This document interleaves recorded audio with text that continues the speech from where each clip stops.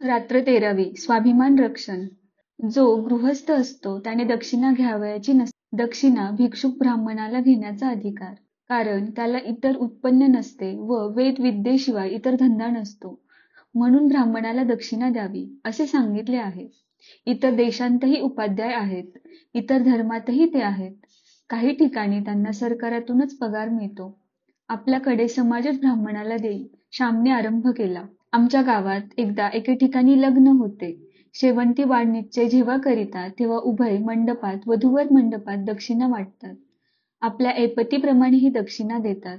वधू घरचा एक उपाध्याय व वरा घरचा एक उपाध्याय असे दोघे बरोबर दक्षिणा देत मंडपात हिंडतात. जितकी वराकडची तितकीच वधूकडची. वराकडच्यांनी 4-4 आणे दिले तर वधूपक्षही 4-4 आणे देतो. जो हात पुढे करील त्याला दक्षिणा देण्यात येत असते. लग्नाला जेव्हा मंडळी जाते तेव्हा मुले आपापल्या वडील मंडळींजवळच बसलेली असली तर हे शिक्षण आपोआपच त्यांना मिळते. अरे आपण नाही हो हात पुढे करावयाचा वगैरे ते मुलांना सांगतात. परंतु अलीकडे स्वाभिमानच उरला नाही. पैशासाठी आपण हपापलेलो आहोत. फुकट मिळेल तेवढे घ्यावे अशी वृत्ती झाली आहे. आगगाडीतून जपानी एजंट सिगारेट वगैरे फुकट वाटतात व श्रीमंतही त्या फुकट सिगारेट घेऊन उडतात. मी पाहिलेले आहेत. श्रीमंत सुद्धा मोफत दवाखान्यात जाऊन औषधं घेतील. श्रीमंतांची मुले सुद्धा नादारीसाठी अर्ज करतील. दारिद्र्याचा व दास्याचा हा परिणाम आहे. मी लग्नाला गेलो व मुलांमध्ये जाऊन बसलो. शाळेतील बरोबरीची आम्ही मुले एकत्र बसलो होतो. एका बाजूने बसले म्हणून खोड्या करता येतात, टवाळकी करता येते. कोणाच्या टोपीवर नारळाची शेंडी ठेवा, कोणाच्या खिशात खडे टाका, कोणाला हळूच चिमटा घे असे चालते. दक्षिणा वाटण्यात आली. काही मुलांनी हात पुढे केले. मीही माझा हात पुढे केला. सहज गोष्ट होऊन गेली. माझ्या लक्षात चूक आली नाही. लहानपणी पैसे हातात असले म्हणजे आनंद होतो. मी ते 2 आणे घेऊन घरी आलो व मोठ्या हर्षाने आईजवळ द्यावयास गेलो. जणू माझ्या कमाईचेच, माझ्या श्रमाचेच ते होते. भटजी 12-12 वर्ष मंत्र शिकतात, ते विधी करतात तर त्यांना घेऊ दे. मला ते 2 आणे घेण्याचा काय अधिकार? प्रत्येकाने श्रमावे व मोबदला घ्यावा तरच ते शोभून दिसते. आईने विचारले, कोठले रे पैसे? मी म्हटले, शेवंती वाढ निश्चयाचे लग्नात मिळाले. आई एकदम ओशाळली. तिचे तोंड म्लान झाले. आम्ही गरीब झालो होतो. आपण गरीब म्हणून मुलाने दक्षिणा आणली का? का आपण गरीब झालो म्हणून कीव येऊन भिक्षुकाने आपल्या मुलाच्या हातावर पैसे ठेवले? कारण एखाद्या घरंदाज घराण्यातील मुलाने हात पुढे केला तर भिक्षुक आपण होऊनच त्या मुलाला म्हणे, वेडा तू का हात पुढे करावयाचा? तू त्या डोंगरांकडचा ना? माझ्या मुलाला भिक्षुक असे का म्हटले नाहीत? त्यांना आमची कीव आली. जगात दुसऱ्याने आपली कीव करावी याहून करुणास्पद व दुःखप्रद दुसरी कोणती गोष्ट आहे? आईच्या मनात असे शेकडो विचार त्यावेळी आले. ती बोलेना, शून्य दृष्टीने पाहत राहिली. आई घे ना ग पैसे, मी काही चोरून नाही हो आणले, मी काकुळतीस येऊन म्हटले. आई म्हणाली, श्याम आपण गरीब असलो तरी गृहस्थ आहोत, आपण भिक्षुक नाही. भिक्षुकीचा धंदा आपला नाही. आपण दक्षिणा घ्यायची नसते, ते आपले काम नाही. आपण दुसऱ्याला द्यावी.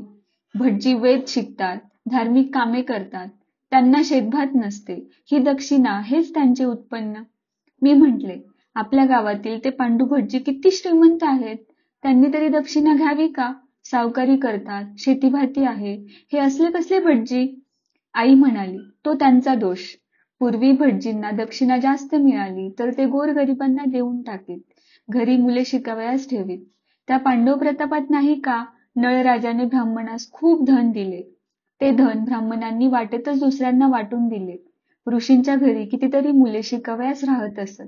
आपण गृहस्थ, आपण दक्षिणा घेऊ नये. तू पुन्हा पुढे हात करू नकोस. रोहिदास पानपोईचेही पाणी प्यायला नाही. गृहस्थाने जगास द्यावे, जगापासून घेऊ नये. आईने ते 2 आणे शेजारी बाळू म्हणून गडी होता त्याला ते देऊन टाकले. मित्रांनो, जगापासून जितके आम्ही घेऊ तितके जगाचे आपण निंदे होत असतो. आपण दीनवाणे होत असतो. दुसऱ्यांच्या तोंडाकडे पाहणारे होत असतो. दीनवाणे जगणे हे पापच आहे. ताठरपणे, उन्मत्तपणे जगणे हेही पापच. जगाचे निंदे होणे नको. युरोपमध्ये ही स्वाभिमानी वृत्ती लहानपणापासूनच शिकविण्यात येत असते. आई बापांच्याही पैशावर जगणे हा तेथे निंदेपणा व कमीपणा मानतात. अमेरिकेचे प्रेसिडेंट वुअर यांची गोष्ट सांगतात. त्यांनी आपल्या 13 वर्ष वयाच्या मुलास मजुरीचे काम करावयास पाठविले. धनाढ्य अशा अमेरिकेचे मुख्य अध्यक्ष वूवर होते. परंतु त्याच वेळेस त्यांचा हा लहान मुलगा एका गवंडाच्या हाताखाली काम करीत होता. एका इमारतीचे बांधकाम चालले होते. ते चालले असता काम करताना हा मुलगा उंचावरून पडून मेला. वूवर साहेबास वाईट वाटले, परंतु ते म्हणाले, माझ्या राष्ट्राला स्वावलंब व श्रमाची महती शिकविण्यासाठी माझा मुलगा मेला. स्वावलंबन हा पाश्चिमात्य शिक्षणाचा पाया आहे. स्वावलंबनाने मान वर राहते, परावलंबनाने मान खाली होते. श्रमाशिवाय काही घेऊ नये व कोणी श्रम केल्याशिवाय त्याला देऊ नये. तुका म्हणे घेतो तोही नरका जातो. आळशी मनुष्याला पोसणाराही पापी आणि आळशीही पापी. कोणा आळशाला आपण देतो तेव्हा तो मिंधा दिनवाना असतो व आपण ऐटीत असतो. याच्या उलट त्याच्याकडून काहीतरी काम करून घ्यावे, लाकडे फोडून घ्यावे, कपडे धुवून घ्या, जमीन खणून घ्या, काहीतरी काम करून घ्या. त्यात खरोखरच त्या माणसाचा उद्धार आहे. उद्योगहीनास पोसण्यास देवाचा अपमान आहे. देवाने दिलेल्या हातापायांचा, बुद्धीचा अपमान आहे. स्वावलंबन, स्वाभिमान, श्रम यांची महती आज रशियात शिकविण्यात येत आहे. नुकताच एक अमेरिकन मानसशास्त्रज्ञ रशियात गेला होता.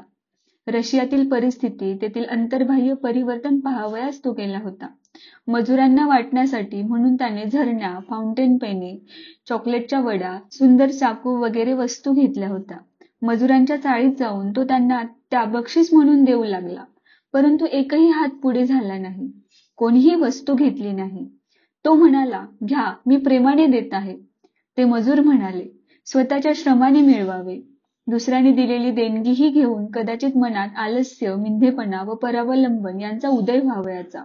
या दुर्गुणांना वाव न देण्याचे आम्ही ठरविले आहे. तो अमेरिकन मानसशास्त्रज्ञ चकित झाला. केवढी ही विचार क्रांती! ज्या रशियात लाखो मजूर मागण्यासाठी पूर्वी हात पुढे करीत, तेथे एकही हात पुढे झाला नाही. केवढे स्वावलंबन, केवढे तेज, केवढी श्रमाची पूजा! श्रमात आत्मोद्धार आहे. फुकट घेण्यात व देण्यात पतन आहे. हे हिंदी मुलांना, तमाम हिंदी जनतेला समजेल. तो सुदीन घरीदारी शाळेत हे शिक्षण देण्यात आले पाहिजे. उष्टे कोणाला घालू नये असा धर्म नियमच झाला पाहिजे. खरा धर्म श्रमांना उत्तेजन देणे हाच होय. आळसाने भीक मागणारा व श्रीमंत असल्यामुळे गाद्यांवर लोळून खाणारा दोघेही किडेच. श्रीमंतही दुसऱ्याच्या श्रमावरच जगतो व आळशी भिकारी दुसऱ्याच्या श्रमानेच खातो. हे दोघे समाज वृक्षावरील बांडगुळे आहेत. उन्हातानात काम करणारा मजूर, रस्ते झाडणारा झाडूवाला, मलमूत्र नेणारा भंगी, मेलेली गुरे फोडणारा ढोर, वाहना बांधणारा चांभार, हे सारे आयते खाऊ लोकांपेक्षा पवित्र आहेत, श्रेष्ठ आहेत. काहीतरी निर्माण करा, विचार निर्माण करा, धान्य निर्माण करा, स्वच्छता निर्माण करा, काहीतरी मंगल असे, सुंदर असे, हितकर असे निर्माण करा, तरच जगण्याचा तुम्हास अधिकार आहे. ज्या राष्ट्रात समाज संवर्धक, समाज रक्षक, समाज पोषक श्रमाची पूजा होते, ते राष्ट्र वैभवावर चढते. बाकीची भिकेस लागतात. माझ्या आईने मला स्वाभिमान शिकविला. मिंधेपणा म्हणजे मरण हे शिकविले. दुसऱ्याचे घेऊ नकोस, दुसऱ्यास दे हे शिकविले.